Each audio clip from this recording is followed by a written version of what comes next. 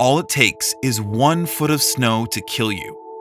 Like concrete, it sets on top of you, restricting your movements, and without some assistance, you're in trouble. As time passes, the carbon dioxide from your breath collects in a small pocket in front of your mouth, ensuring you eventually have no fresh air to take in. It's dark, lonely, and suffocating. And it's where Rhianna Shaw found herself after a devastating ski accident. Woman buried in Avalanche Flatlines comes back with harrowing story.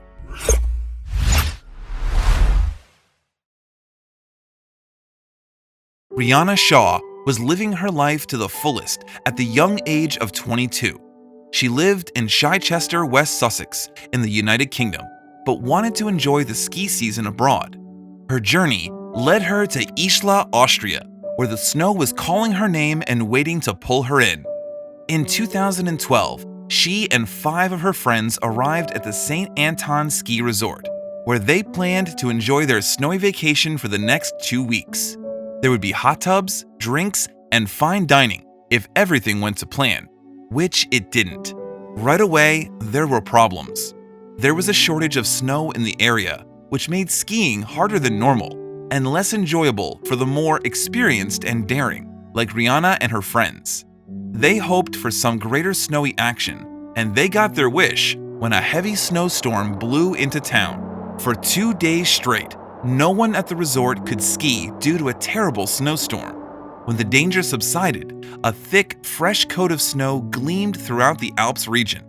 It was a beauty for most people, and for Rhianna and her friends, it was a call to action. The 6 friends were trained in skiing and avalanche safety, so they felt prepared for the worst-case scenarios. There was a rush of excitement as they finally hit the slopes after 2 days stuck in a snowstorm, so they all threw caution to the mountain and let loose. Rhianna and her friend Gordon went ahead of the others, but they all wound up meeting along the slope. Rather than staying in the piste, where they'd be closer to the resort, they went off to a remote area where they could be as wild as they wanted. As risky as they were acting, they weren't completely going in blind. The area that Rhianna, Gordon, and their friends headed for was one that they had been to before. The familiarity would still not spare them from danger. In hindsight, going unprepared to an area they nicknamed Death Valley was definitely not the best plan, but they felt safe enough to let loose. As they sped across the snow, some on skis, others on boards, Rhianna was the most daring as she picked up speed, not seeing what was coming at her. It was another skier. They collided into each other at ferocious speeds, and Rhianna went flying in the other direction, losing her skis completely. As she tumbled, she was hit with a spray of snow, and when she realized the source, she started to panic.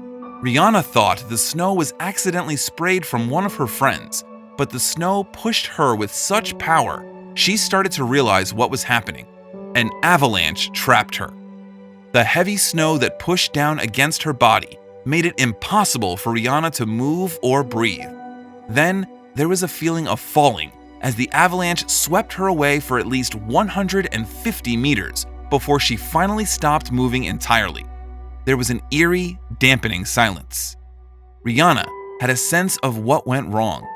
The Alps were already prone to avalanches, but the freshly fallen snow had made any activity especially dangerous.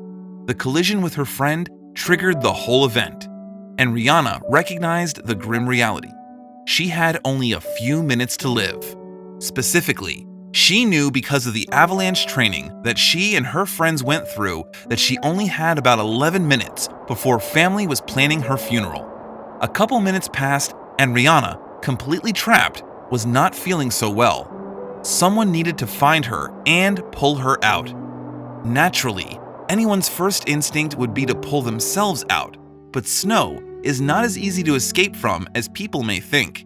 Like wet cement, snow can become solid quickly, and with a few feet at least weighing her down, there was no hope in Rhianna saving herself. Meanwhile, her friends on the surface gathered together. Because of how far the avalanche had pushed her, it was a challenge for the boys to find her without tracking equipment. All they had were their hands to dig. Quickly, they formed a brilliant idea that did the job. The boys formed a line and systematically searched through all the snow. They spotted one of Rhianna's skis, which helped them pinpoint where she was. Still, the search was taking much too long. As they dug through the snow, inch by inch, they couldn't help but feel they were too late. Back in the snow, Rhianna's phone began to ring, but the call went unanswered. She called out for help as she began to feel faint of breath. The suffocating pressure of being buried so deep in the snow was too much for her. She had to do something or perish. Although she could see some light from the surface, she could hear no one around her. Her calls for help wouldn't reach any living ears, so she finally called it. She accepted her fate. She was going to die. There was nothing left to do but wait for the darkness. But then, still stuck, Rhianna's mind wandered, and she saw something out of the ordinary. I started walking along a pathway in this peaceful, pale forest, she recalled. It had big, tall evergreens on either side. It looked like there was some kind of snow on the ground, but not like snow as we know it. Then she woke up. Rhianna suddenly found herself above the snow in the arms of her friend, Gordon. He hugged her tightly, saying how grateful he was that she was alive. She couldn't help but make a joke of how clingy he was, but she herself was grateful, especially to her friends who managed to save her life. She was barely hanging on. In the snow, Rhianna had spent few minutes conscious, then stopped breathing. It wasn't until about 20 minutes later that she was pulled out of her frozen prison. Her skin was as white as the snow, her lips a dark purple, and without a clear pulse, they could have declared her dead right then. But the boys held on to hope. One of the 5 men began performing CPR on Rhianna. As grim as the situation was, Rhianna came back from wherever it was that she had gone. Emergency services arrived and immediately took care of her. Soon, she was back home in England, but nothing was the same. Rhianna was aware of how lucky she was. Few ever survive an ordeal like the one she endured, but more than that, it's brought a change into her life. She didn't plan on giving up her skiing, but she did commit to being a little safer on her next trip. Believe it or not, she knew she could have suffered worse fates on that mountain, like spending 80 minutes in freezing water. Rhianna knew of Anna Bagenholm, who crashed into a frozen river. Her body temperature dropped to an impossible 56.7 degrees Fahrenheit, and her rescue required years and years of therapy. An orthopedic surgeon, her residency in Narvik, Norway, put her on the slopes in the first place. Perhaps it was because Anna knew the slopes so well, although she hadn't skied on them since the year before, that she felt confident and didn't pay close to attention to where she twisted and turned in 1999. Unfortunately, Anna quickly lost control of her skis. She veered off the side of the slope and fell headfirst onto a layer of ice on a frozen stream near a waterfall, landing on her back, which created a hole in the ice that Anna immediately sunk into. The freezing water enveloped her beneath ice that was 8 inches thick, and when her friends arrived at the scene, they saw only her skis. Each grabbing a leg, they tried pulling Anna out. After 7 minutes of struggling, when they still couldn't get her head above the surface, they turned to their cell phones for help. They waited and waited, holding on to Anna's legs and skis so she wouldn't slip under the ice completely. Meanwhile, Anna had found a little air pocket that allowed her to breathe. Time was running out rapidly. After 40 minutes, she lost consciousness due to circulatory arrest, and it wasn't until 7:40 p.m.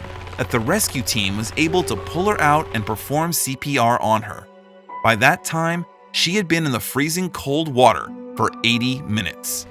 When she was lifted into the helicopter, her pupils were dilated, her blood was not circulating, and she wasn't breathing. The emergency team continued CPR and oxygen ventilation during the flight, but they didn't arrive at the hospital until 9:10 p.m. There, Dr. Mads Gilbert, an anesthesiologist and the chief of the hospital's emergency room, tried resuscitating her. He had his work cut out for him. Her body temperature was the lowest ever recorded at 56.7 degrees Fahrenheit. The average is 98.6 degrees Fahrenheit. Dr. Gilbert commented on Anna's state. She has completely dilated pupils. She is ashen, flaxen white, she's wet, she's ice cold when I touch her skin, she looks absolutely dead. But he wouldn't declare her so until her body was warm. Hundreds of doctors and nurses worked tirelessly over 9 hours to bring her back to life. At 9:40 p.m., she was hooked up to a machine that warmed her blood outside of her body. At 10:15, her first heartbeat was recorded. On May 30th, she finally woke up, but not to a speedy or easy recovery. In fact, she was paralyzed from the neck down and was angry with her colleagues for rescuing her. "I feared a meaningless life without any dignity," she said. Miraculously, her dignity didn't remain a question for long. As time passed, she overcame her paralysis, but not without worries.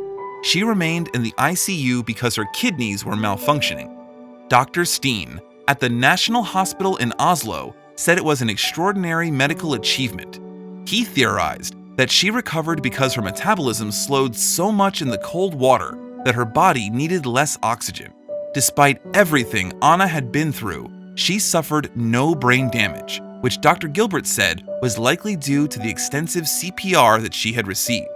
She returned to work in October that year, ready to meet the doctors and nurses who saved her life.